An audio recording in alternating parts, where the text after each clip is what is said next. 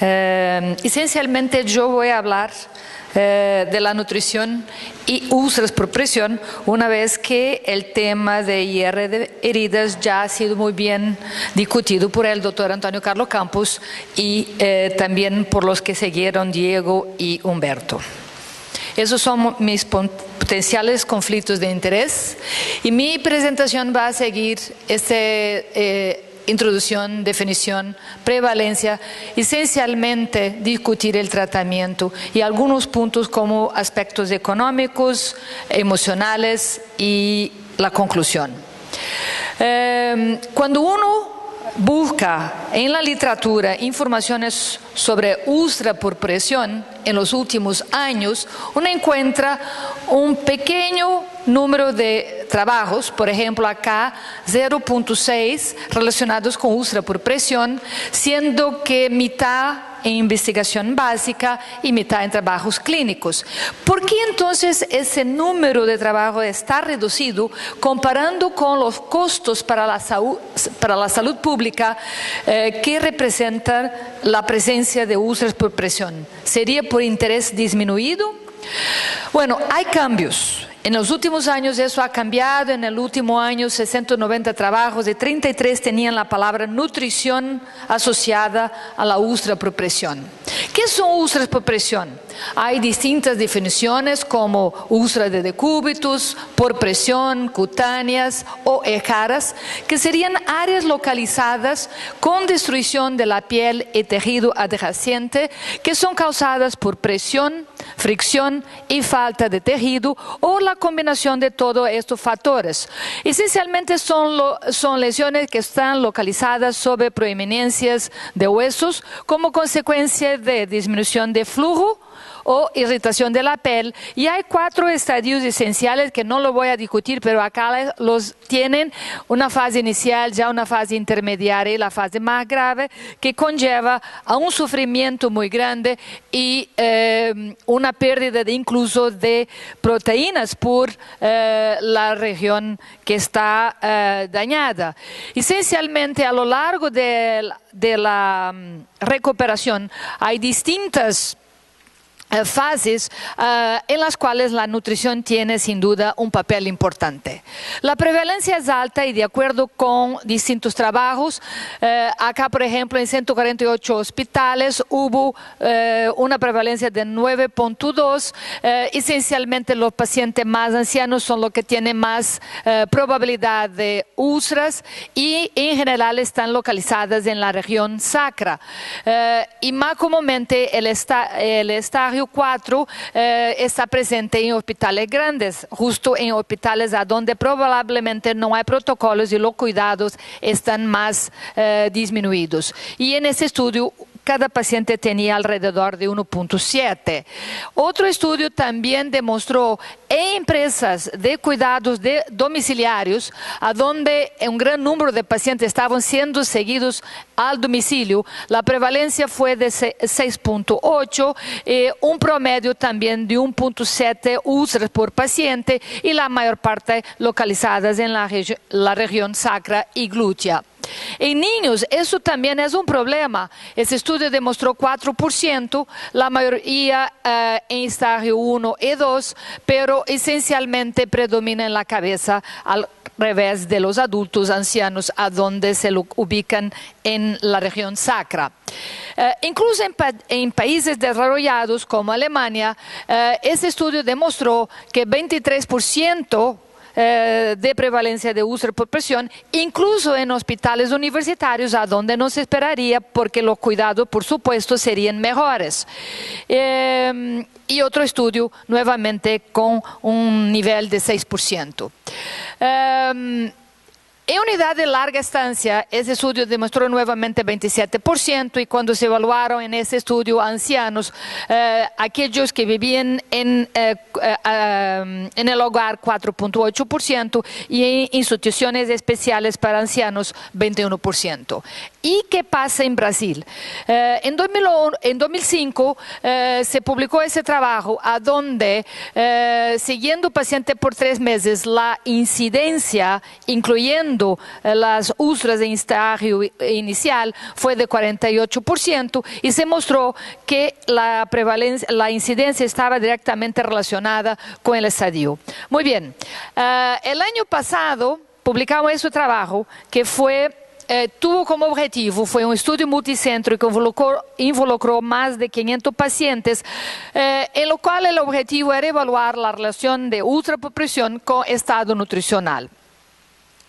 Acá están los hospitales que fueron involucrados, distintos estados de Brasil, y la prevalencia de desnutrición, como ya les había mostrado al día anterior, fue de más de 50%. Pero mire la diferencia de ultrapresión de acuerdo con el estado nutricional: 2.2% en los pacientes nutridos, mientras los desnutridos la prevalencia de ultrapresión fue de 30%. Y la edad fue uno de los factores que estuvo asociado en el modelo multivariado de análisis estadística con la presencia de ultrapresión. Si el paciente estaba acamado, el riesgo aumentaba para 70 veces, el desnutrido aumentaba la probabilidad de ultrapresión en casi 11 veces. Entonces acá salientando esto, la importancia. El tiempo de hospitalización también está directamente en este modelo estadístico multivariado con el incremento. Pacientes hospitalizados por más de 8 días y 2 semanas, el incremento fue 2.5, 2.6. El paciente clínico tiene un riesgo aumentado porque en general son pacientes que quedan en el hospital por más tiempo, y los pacientes con cáncer, el riesgo de ultrapresión es casi 6 veces más que en los pacientes sin cáncer. Eso ya lo mostré. Entonces, ¿cuáles son los factores predisponentes para el aparecimiento de ultrapresión? Pacientes con enfermedades crónicas, esencialmente aquellas que están asociadas a la cicatrización, como diabetes e insuficiencia vascular periférica, el uso de corticosteroides, la inmovilización prolongada y sin duda la desnutrición. La desnutrición, entonces, en distintos estudios ha demostrado que aumenta el riesgo, en este caso de 74%, porque contribuye con la disminución de la masa muscular, con alteraciones de la capacidad funcional, y estos pacientes obviamente se quedan por mucho más tiempo en la cama, y como yo les mostré, la inmovilización en la cama incrementa el riesgo. Además, la disminución del panículo adiposo con la exposición de las proeminencias de huesos también es un factor de riesgo, y al igual que paciente con diarrea y paciente con respuesta inmunológica disminuida. Entonces, la prevalencia y incidencia, las dos están directamente relacionadas con el tipo de paciente, siendo que el paciente geriátrico tiene más riesgo, aquel en terapia intensiva, en medicina interna, en unidad neurológica y unidad de cáncer. O sea, ojo, si uno está en esas unidades, seguramente el riesgo está aumentado. ¿Cómo tratar las úlceras por presión? Sin duda es un tratamiento interdisciplinario, a donde el tratamiento nutricional hace parte, y como todo el tratamiento nutricional, el tamizaje y la evaluación son importantes, no solamente para evitar, sino también tratar. Y del punto de vista de tratamiento nutricional se puede evaluar algunos nutrientes especiales. O sea, hay múltiples estrategias, de los cuales cambios de posicionamiento regulares, colchones especiales, evitar el uso de almohadas tipo, yo no sé cómo se dice en español, una boya para flotar. ¿Ok? Tipo de tratamiento, por ejemplo, las curaciones y las soluciones utilizadas, hidratación adecuada, evitar medicinas que pueden interferir en la cicatrización y, claro, la terapia nutricional.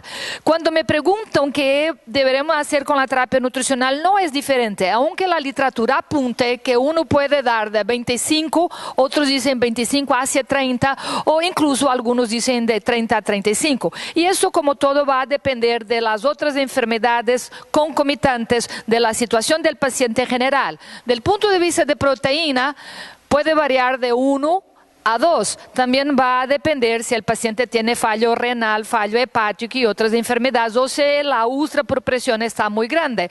En nuestro servicio, generalmente lo que optamos por la cantidad de proteína es que si el paciente no tiene ningún fallo y las úlceras son muy grandes, intentamos dar alrededor de 1.5 hacia 1.6.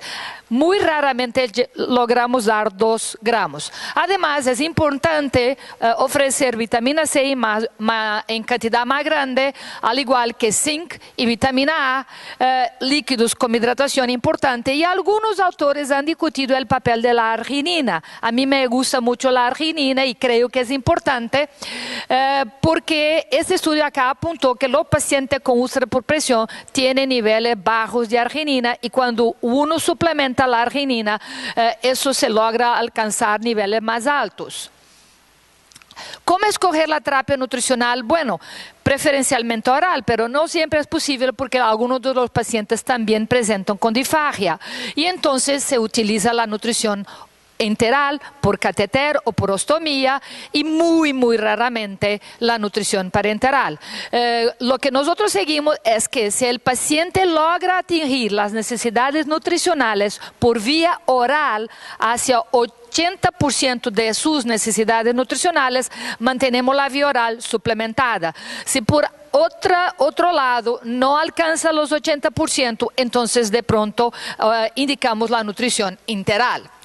¿Qué dice la literatura? En una revisión sistemática, 36 trabajos evaluados, 15 entraron en la revisión sistemática y 5 tuvieron criterios de inclusión designados para una metaanálisis. Miren que es muy poco.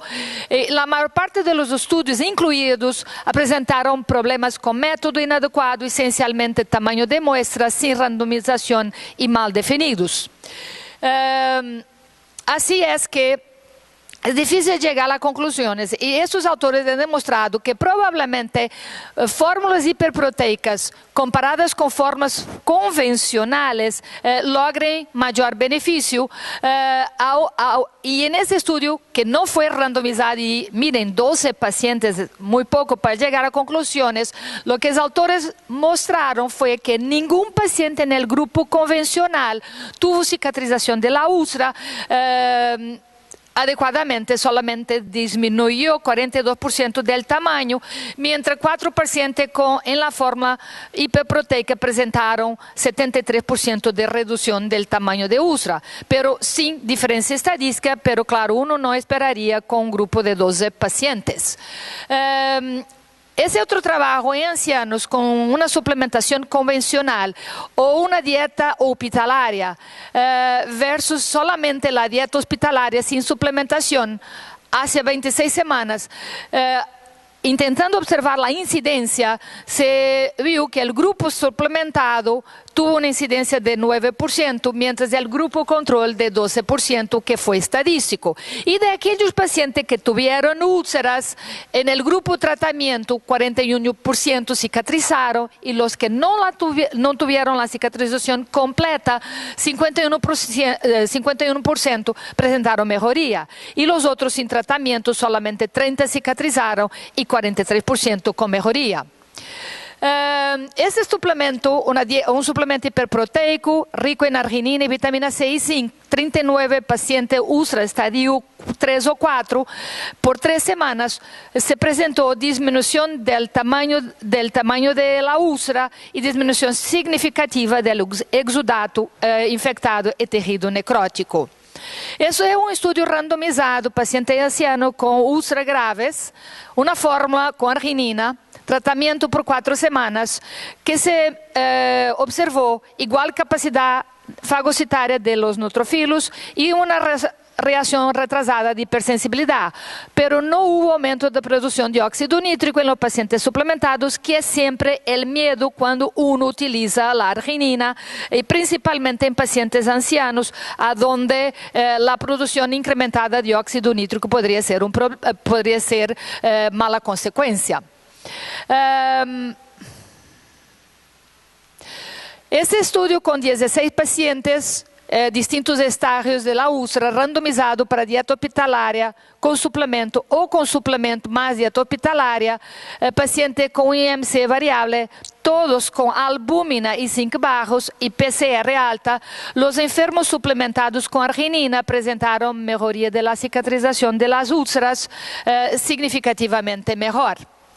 E este estudio de 2010, 43 pacientes nutridos, yo no sé cómo podrían estar nutridos, eso es una raridad, pero los autores dijeron que estaban nutridos con úlceras 3 y 4, fueron randomizados para recibir suplemento con arginina minerales o placebo. El grupo suplementado presentó cicatrización más rápida, disminución significante del tamaño de la úlcera, disminución del score PUSH, menos curaciones y incluso menos tiempo con curaciones y aumento de vitamina C en la sangre. Acá está la gráfica comparando los pacientes que recibieron con los que no recibieron el suplemento, el score PUSH también a lo largo de las semanas y el número de curaciones que el grupo suplementado fue significativamente menor que en el grupo sin suplementación. Y para prevención, el estudio de Inglaterra, 4 estudios randomizados fueron incluidos en su evaluación, a donde se ofrecían suplementos nutricionales orales con un contenido de hacia 500 calorías y principalmente que eran ricos en proteína, resultaron en disminución de la incidencia de úlceras por presión, esto en grupos de pacientes ancianos. No fue posible realizar una metaanálisis con estos datos, claro, porque 2 eran randomizados para nutrición enteral, 1 no randomizado y 1 no randomizado para suplementación oral. Los autores entonces sugieren una tendencia en favor del uso de dieta hiperproteica específica, pero sin llegar a una conclusión. Bueno, ¿cuál es el costo? El costo financiero de las úlceras por presión, estos datos son del hospital donde yo trabajaba, un hospital de cáncer, a donde utilizando los materiales más sencillos se gastaba alrededor de 15 hacia 35, ese es como más o menos de 6 hacia $18 al día, y con los antibióticos entonces el rango era tremendo, porque si el paciente estaba utilizando ya los antibióticos de tercera generación, el costo subía para casi $1,000 al día, y eso es la realidad. Desafortunadamente estos pacientes empiezan con antibióticos regulares muy baratos, pero como se infectan consecutivamente, va aumentando. Pero no solamente esto, estos pacientes tienen una hospitalización más larga. En nuestro hospital era el promedio de 114 días y el tiempo de enfermería al día promedio de 30 a 40 minutos, lo que significa que estos enfermeros están ocupados con los pacientes y no pueden ayudar a los otros pacientes. Además, hay que considerar aspectos emocionales de la familia que no le gusta y tienen pavor, y yo también tendría, de mirar al enfermo y sin olvidarse del enfermo que sufre con el dolor de la úlcera. En conclusión, sabemos que hay factores de riesgo relacionados críticos, como son pacientes ancianos, inmovilizados, estado nutricional. Y nosotros nos toca esencialmente cambiar el estado nutricional, contribuyendo con la enfermería para mover a los pacientes, y con la edad no podemos ir en contra. Y cuando uno tiene los 3, seguramente estamos al frente de un paciente con alto riesgo.